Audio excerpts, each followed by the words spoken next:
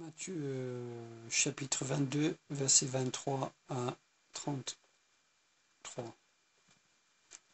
Le même jour, les Sadducéens, qui disent qu'il n'y a point de résurrection, vinrent auprès de Jésus et lui firent cette question.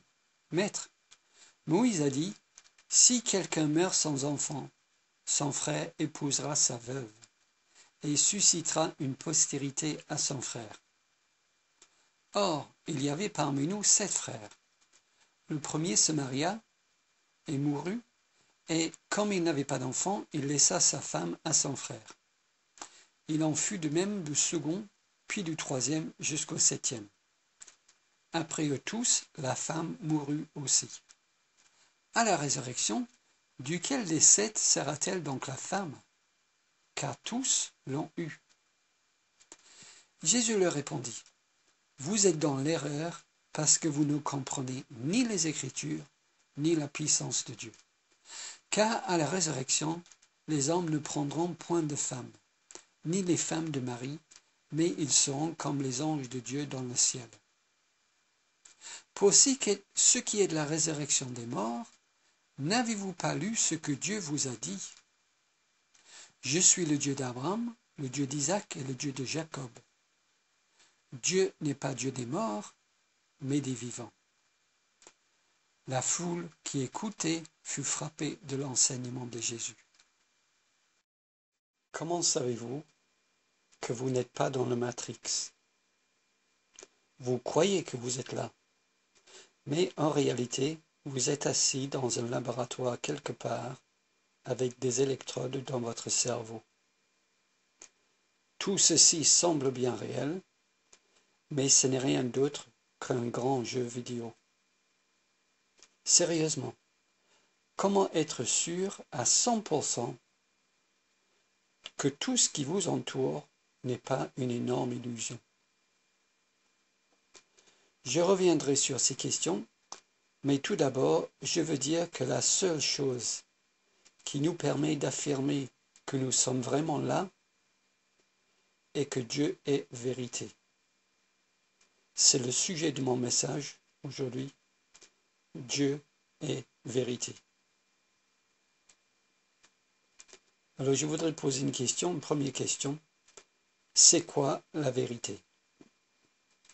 Dieu est vérité, mais c'est quoi la vérité? C'était la question de Ponce Pilate. Jésus lui dit, « Je suis né et je suis venu dans le monde pour rendre témoignage à la vérité. Quiconque est de la vérité, écoute ma voix. » Et Pilate lui répond, « Qu'est-ce que la vérité ?» Jean 18, 37.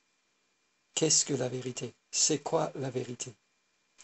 Pour continuer mes allusions à la science-fiction, certains disent que la vérité est ailleurs. La vérité est ailleurs. C'est un peu vague comme philosophie, mais au moins elle a le mérite de reconnaître que la vérité existe, même si elle ne sait pas où elle est. C'est quoi la vérité? Où est-elle? L'idée prédominante aujourd'hui est que la vérité correspond à la réalité qui nous entoure. Par exemple, si je dis « il y a un mur derrière moi », je dis la vérité. La vérité correspond à ce que je vois. Mais j'ai déjà montré dans un message qui s'appelle « La Bible seule est la vérité » que c'est faux de dire que la vérité correspond à ce que nous voyons. L'idée de vérité implique forcément l'idée de finalité. Dans la campagne présidentielle, on a entendu souvent qu'un candidat allait dire sa vérité. Mais cette expression est une contradiction. La vérité est universelle et éternelle. L'idée de la vérité implique forcément l'idée de finalité. Ce qui est vrai l'est toujours, et partout, et pour tous.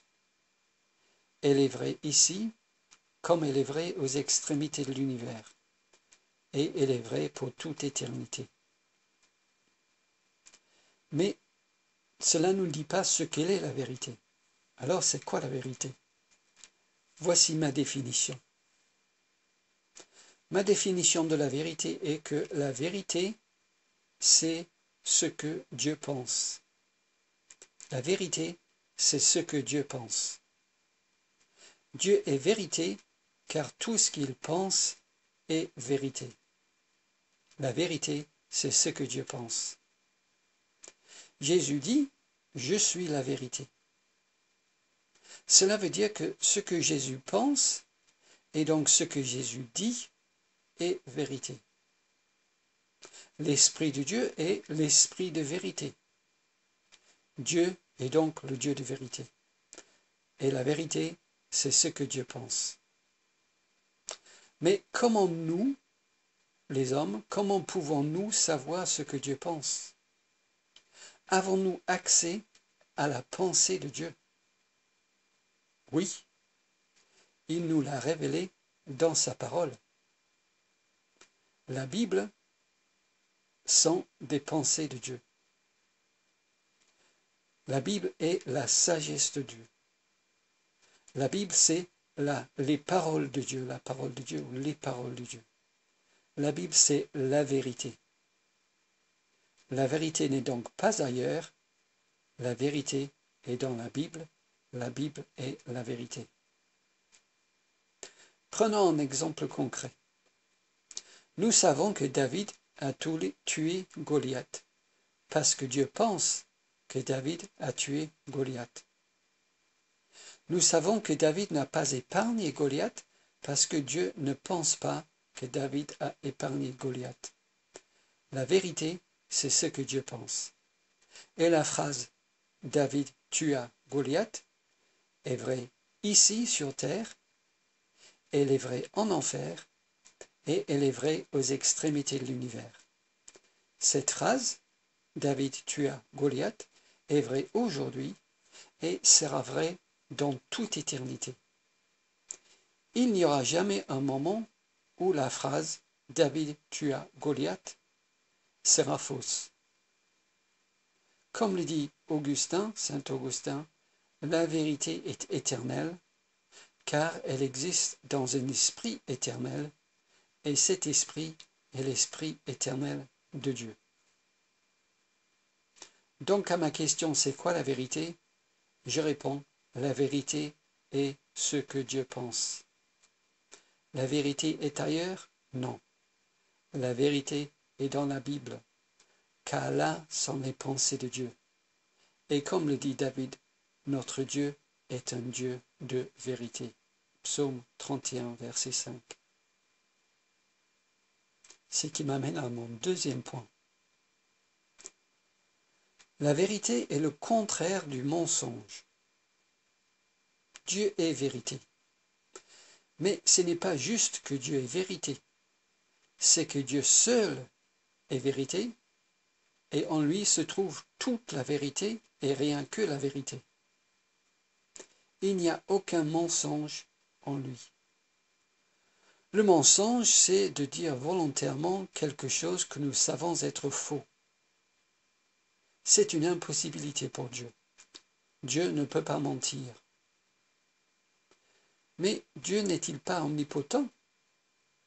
Oui, mais l'omnipotence n'est pas la capacité de tout faire, c'est la capacité de faire ce que l'on veut, quand on veut.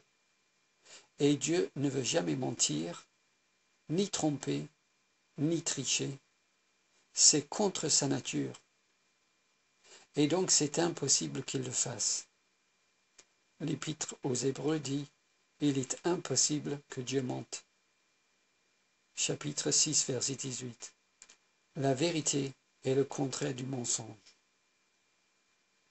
Dieu contraste ainsi avec les dieux de la mythologie grecque de l'époque biblique. Ces dieux-là, de la mythologie grecque et romaine, ces dieux-là montaient et trompaient les humains tout le temps. Dieu contraste ici aussi avec le Dieu d'Islam. Le Coran appelle Allah un makr, c'est-à-dire un menteur ou un trompeur. Nous lisons dans Sourate 3, 54, il y a 54 au verset 54. dit que Allah est le meilleur trompeur de tous. Je cite, « Mais les Juifs ont usé de tromperie, et Allah aussi, car Allah est le meilleur trompeur de tous. » D'ailleurs, Allah trompe tous les musulmans encore aujourd'hui. Savez-vous que le Coran est le seul livre historique qui dit que Jésus-Christ n'est pas mort sur la croix?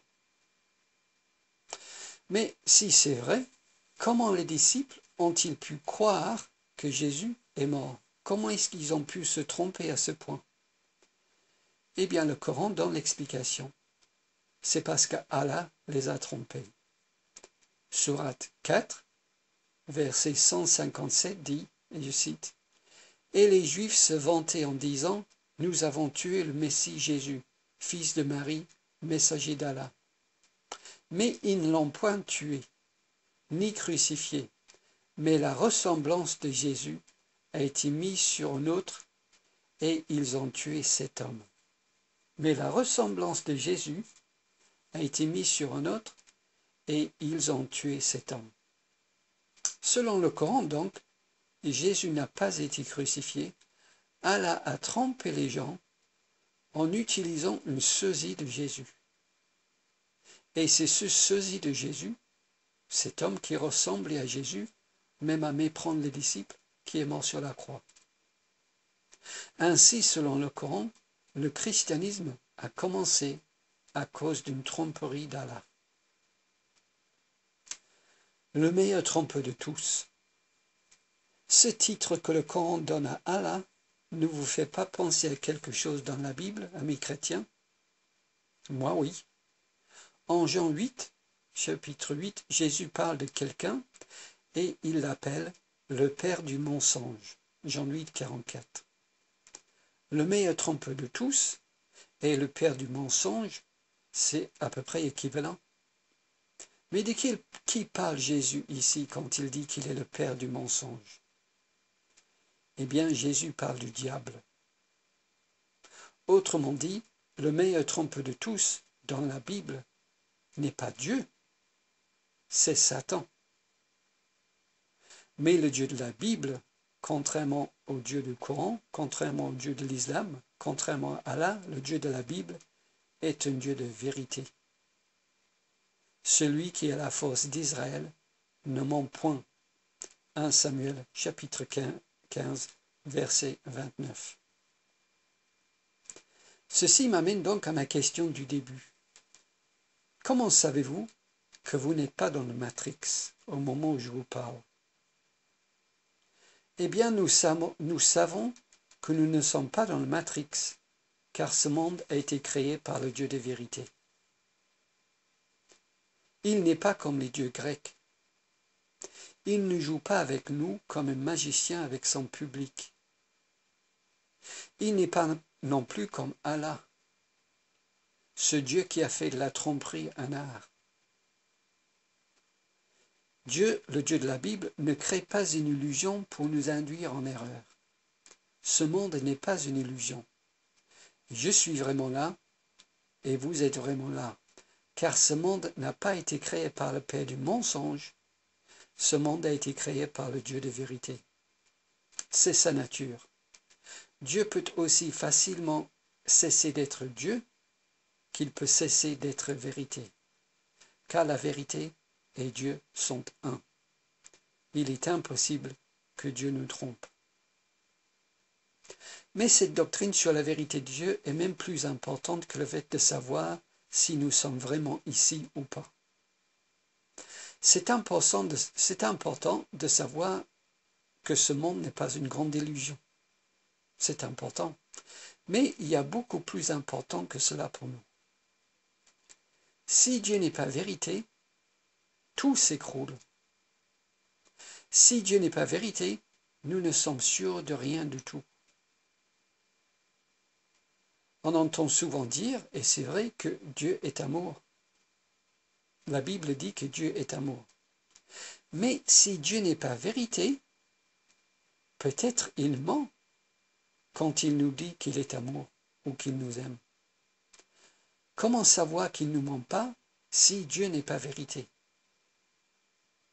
Le message de la Bible, donc, avant d'être Dieu est amour, doit être Dieu est vérité. Si Dieu n'est pas vérité, nous ne sommes sûrs de rien sur ce monde, sur Dieu lui-même et aussi sur notre salut. Mais la Bible dit que Dieu est vérité. La vérité de Dieu est le fondement de tout et garantit tout le reste. Dieu est vérité. Il n'est pas un menteur ni un trompeur. En lui se trouve toute la vérité, rien que la vérité. C'est la garantie de toute notre foi et de notre salut. Ce qui m'amène à mon troisième point. La vérité est le contraire de l'erreur. Dieu est vérité et la vérité est le contraire de l'erreur. Dieu ne peut pas faire d'erreur. Dire une erreur, c'est dire quelque chose que l'on croit vrai, mais qui est faux, qui s'avère être faux. Mais Dieu sait toutes choses. Il ne peut donc pas faire une telle erreur. Dire une erreur, c'est aussi affirmer deux choses qui sont contradictoires. Mais Dieu ne peut pas se contredire. Par exemple, il ne peut pas dire « David ne tua pas Goliath » parce il affirme que David tua Goliath. La vérité et la contradiction sont incompatibles. Nous appelons une pensée qui se contredit une pensée contradictoire. Nous appelons une pensée sans contradiction une pensée logique. Puisque Dieu ne peut pas se contredire, quand Dieu pense ses pensées donc, il les pense de façon logique. Dieu est un Dieu logique, non pas un Dieu contradictoire. Mais curieusement, quand on dit que Dieu est logique, beaucoup de chrétiens s'offusquent, même des chrétiens évangéliques. On entend souvent des phrases comme « la logique des hommes n'est pas la logique de Dieu ». Ça fait très spirituel de dire de telles choses. On n'accepterait jamais l'idée que Dieu puisse mentir. Mais de dire qu'il peut se contredire passe pour une idée profonde. Le seul problème avec cette position est que la Bible ne sépare jamais la vérité de la logique. Au contraire, elle dit que celui qui dit « je suis la vérité » est aussi le logos de Dieu. Et le logos est le même qui dit « je suis la vérité ». Dieu est vérité et Dieu est logos. L'un ne va pas sans l'autre. Je dis donc ceci, que la vérité est ce que Dieu pense et la logique est la manière dont il pense. La vérité, c'est ce que Dieu pense et la logique, c'est la façon dont Dieu pense. L'exemple du logos dans notre passage que nous avons lu confirme ce que je dis. Pour bien comprendre ce passage, il faut savoir que quand les Sadducéens disent qu'il n'y a pas de résurrection, il nie en fait toute vie après la mort. Les Sadducéens étaient un peu les matérialistes avant l'heure. Nous savons ceci parce que nous lisons dans les Actes chapitre 23 verset 8. En effet, les Sadducéens disent qu'il n'y a ni résurrection, ni ange, ni esprit. Pour les Sadducéens donc, la mort signifie la fin de l'homme. Après la mort, il n'y a rien parce que la résurrection n'existe pas et l'esprit, le monde spirituel, n'existe pas. Et donc les Sadducéens présentent ici une argumentation à Jésus pour prouver leur position, pour prouver qu'il n'y a pas de résurrection, qu'il n'y a pas de vie après la mort. C'est un raisonnement par l'absurde qu'ils présentent à Jésus. Ils veulent montrer que la position de Jésus qui affirment qu'il y a bien une résurrection, une vie après la mort, ils veulent montrer que la position de Jésus mène à une absurdité, c'est-à-dire une femme au ciel avec 7 maris, et donc que la position de Jésus est fausse. Notons tout d'abord que quand Jésus leur répond, il ne dit pas que la logique des hommes n'est pas la logique de Dieu. Il ne dit pas que Dieu a une autre logique que la nôtre. Il ne dit pas non plus que Dieu est plein de paradoxes. Il dit plutôt que les Sadducéens sont dans l'erreur parce qu'ils ne connaissent pas assez les Écritures. Leur erreur est de conclure qu'au ciel, les choses se passeront comme sur la terre. C'est un raisonnement inductif. Mais Jésus dit que cela n'est pas le cas. Il les corrige par rapport à leur raisonnement. Au ciel, le mariage n'existe pas. Dans le verset 30, nous lisons « Car à la résurrection, les hommes ne prendront point de femmes, ni les femmes de mari, mais ils seront comme les anges de Dieu dans le ciel. » Après les avoir corrigés sur ce point, Jésus aurait pu s'arrêter là. Mais il s'emploie à réfuter toute leur argumentation. Il veut faire taire les Sadducéens.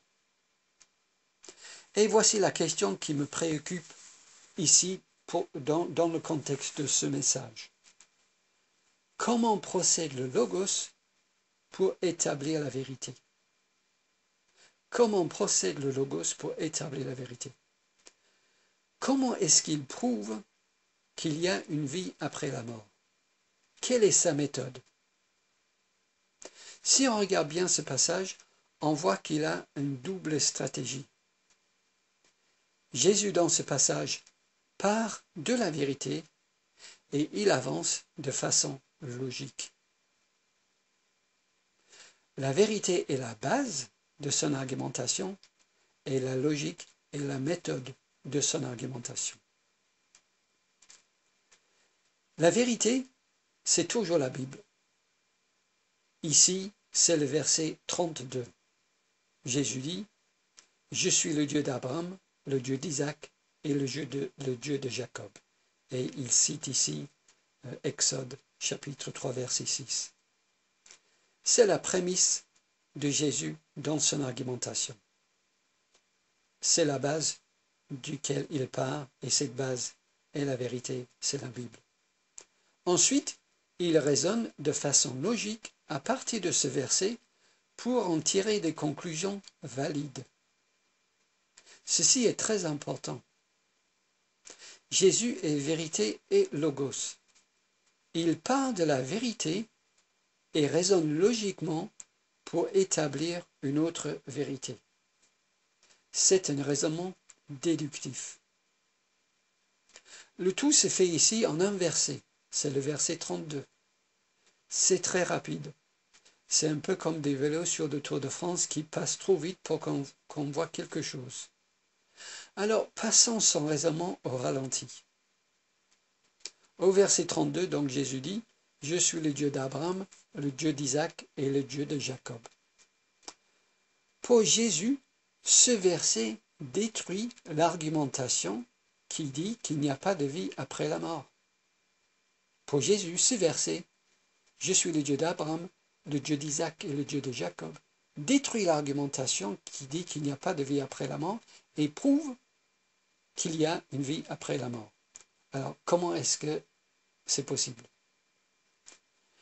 Eh bien, au moment où Dieu dit ces mots à Moïse, dans Exode 3, au moment où Dieu prononce ces mots à Moïse, Abraham, Isaac et Jacob sont tous morts depuis des centaines d'années. Si les Sadduciens ont raison, Abraham, Isaac et Jacob n'existent plus. Ils ont cessé d'exister parce qu'en mourant, ils cessent d'exister puisque, selon les Sadduciens, après la mort, il n'y a pas de résurrection, il n'y a pas de vie après la mort. Si les Sadduciens ont raison donc, Abraham, Isaac et Jacob n'existent plus. S'il n'existe vraiment plus, à ce moment-là, Dieu aurait dit, j'étais le Dieu d'Abraham, j'étais le Dieu d'Isaac et j'étais le Dieu de Jacob. Mais Dieu dit, je suis le Dieu d'Abraham, d'Isaac et de Jacob. Dieu parle ici au présent. Et cela n'est pas un détail, ça change tout. Dieu ne peut pas mentir. Dieu ne peut pas tromper. Dieu ne peut pas se tromper. Dieu ne peut pas se contredire. Il est toujours le Dieu. Il parle au présent, il est toujours le Dieu.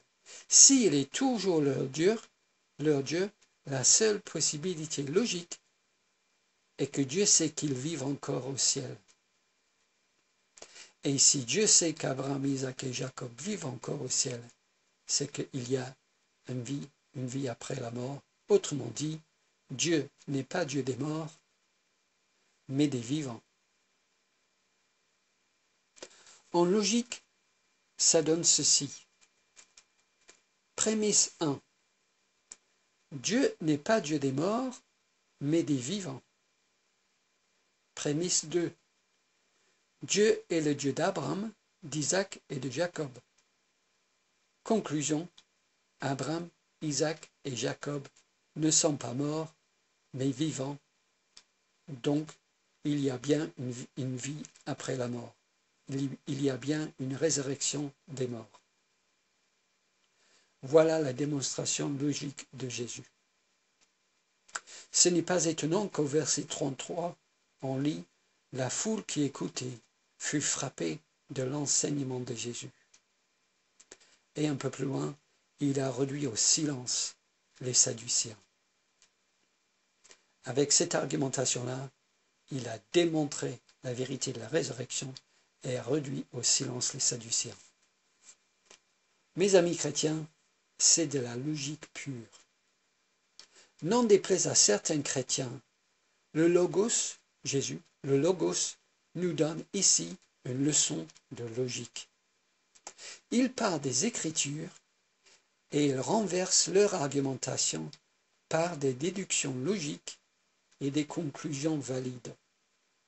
Ces conclusions sont vérités. Ça s'appelle une preuve. Dieu n'est pas un Dieu illogique ou contradictoire ou absurde. Lorsqu'il pense et lorsqu'il parle, il le fait de façon raisonnée, intelligente, cohérente, logique. Car la vérité est ce que Dieu pense, et nous voyons ici que la logique est la manière dont il pense. Ce qui m'amène à mon quatrième point. La vérité donc est toujours bonne à dire. La vérité est toujours bonne à dire. Dieu est vérité. Ce livre, la Bible, est la vérité. Nous savons la vérité. Nous avons la vérité. Nous devons donc la dire. La garder pour nous est un péché. Jésus est notre exemple. Face aux Sadduciens, il annonce la vérité de façon claire, nette et précise. Nous devons faire comme lui. La vérité, je parle bien sûr de la vérité biblique, la seule vérité, la vérité est toujours bonne à dire. La vérité est toujours bonne à dire. Oui, mais là, les gens disent, peut-être la vérité est toujours bonne à dire, mais il faut surtout le dire avec amour. Il faut surtout dire la vérité avec amour. C'est vrai. Et dire la vérité est déjà un acte d'amour. Encore une fois, Jésus doit être notre exemple. Jésus est amour et vérité. Alors, comment Jésus dit-il la vérité avec amour? Comment dit-il la vérité avec amour? Est-ce qu'il le dit avec des fleurs? Non. Est-ce qu'il le dit en prenant des gants pour ne vexer personne? Eh bien, lisons ce qu'il dit. Vous êtes dans l'erreur parce que vous ne comprenez ni les Écritures, ni la puissance de Dieu. Mes amis, puisque Jésus est amour et Jésus est vérité, voilà la vérité dite avec amour. Vous êtes dans l'erreur parce que vous ne comprenez ni les Écritures, ni la puissance de Dieu.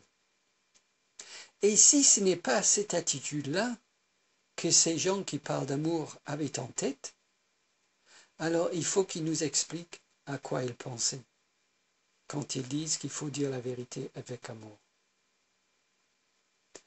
Nous devrons être un peuple qui annonçons la vérité aux non-chrétiens, que ce soit devant tous ou individuellement. Nous devons annoncer la vérité clairement. La tendance actuelle est de ne pas dire toute la vérité, ou d'adoucir ou même de la cacher pour ne pas choquer les gens à qui nous parlons. On insiste surtout sur l'amour de Dieu et les avantages d'être chrétien, la paix, la joie, l'amour, ainsi de suite. On pense que si nous disons toute la vérité, les gens n'écouteront pas, les gens seront choqués, les gens partiront. Mais la préoccupation de Jésus n'était pas de regrouper le plus grand nombre de personnes autour de lui, le plus de monde possible. La préoccupation de Jésus était de toujours dire la vérité. Le monde ne souffre pas de trop de vérité, le monde souffre d'une insuffisance de vérité. Si nous ne le disons pas, amis chrétiens évangéliques, qui la le dira? Les médias? Les collègues de travail? Mes amis, l'erreur n'est jamais plus efficace pour sauver une âme que la vérité. C'est la connaissance de la vérité qui sauve, et pas l'ignorance de la vérité. Si un non-chrétien ne connaît pas la vérité, il est impossible qu'il devienne chrétien. C'est complètement faux de dire que ce sont nos performances en communication qui déterminent si une personne sera sauvée ou pas. Si Dieu a décidé de sauver la personne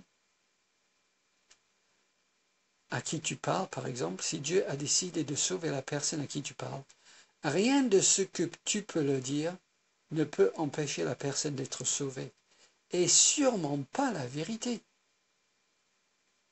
Et si Dieu décide de la sauver à travers toi, il prendra la vérité que tu dis, et non pas l'erreur que tu dis, pour le faire. La vérité de l'Évangile, toute la vérité de l'Évangile, est donc toujours bonne à dire. Et là, je parle du péché, de la repentance, de la colère de Dieu, de l'enfer. La vérité de l'Évangile, toute la vérité est toujours bonne à dire.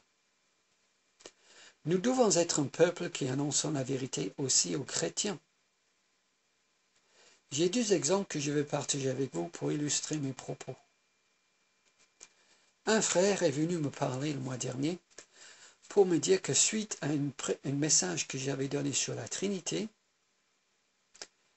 et que j'avais donné il y a quelques années maintenant, plusieurs personnes dans l'Église avaient l'impression que je ne croyais pas en la Trinité. Alors je vous rassure tout de suite, j'y crois. Ce qui m'a surpris le plus n'est pas que quelqu'un pense que je ne crois pas en la Trinité, mais ce qui m'a surpris, qu'on a pu penser que je ne croyais pas en la Trinité sans venir me demander des comptes. La doctrine de la Trinité est une doctrine essentielle du christianisme. Si je ne crois pas en la Trinité, je ne suis pas chrétien. Si vraiment quelqu'un ne pensait pas que je croyais en la Trinité, il aurait dû venir me voir aussitôt. Je n'aurais pas mal pris, mais tant pis si je l'avais mal pris. La vérité est infiniment plus importante que mes petites sensibilités. La vérité biblique est toujours bonne à dire, même quand elle fâche. Et le deuxième exemple. Avant de fréquenter l'église actuelle que je fréquente maintenant, Nous faisons partie d'une petite église évangélique près de chez nous. On y allait depuis notre arrivée dans la région. Notre fils a été présenté au Seigneur dans cette église. On y était bien. Les gens étaient très sympathiques. Puis, un dimanche matin, peu de temps après les attentats du 11 septembre 2001 aux États-Unis, le pasteur de l'époque, qui n'est plus pasteur, a commencé sa prédication non pas en lisant la Bible, mais en lisant le Coran. Ce que je dis est vrai, le Seigneur est mon témoin.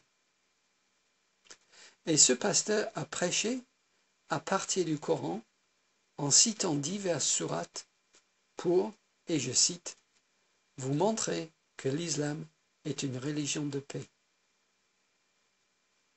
Un dimanche matin, dans une église évangélique, ce pasteur, sourate à l'appui, essayait de convaincre son assemblée des bienfaits de l'islam.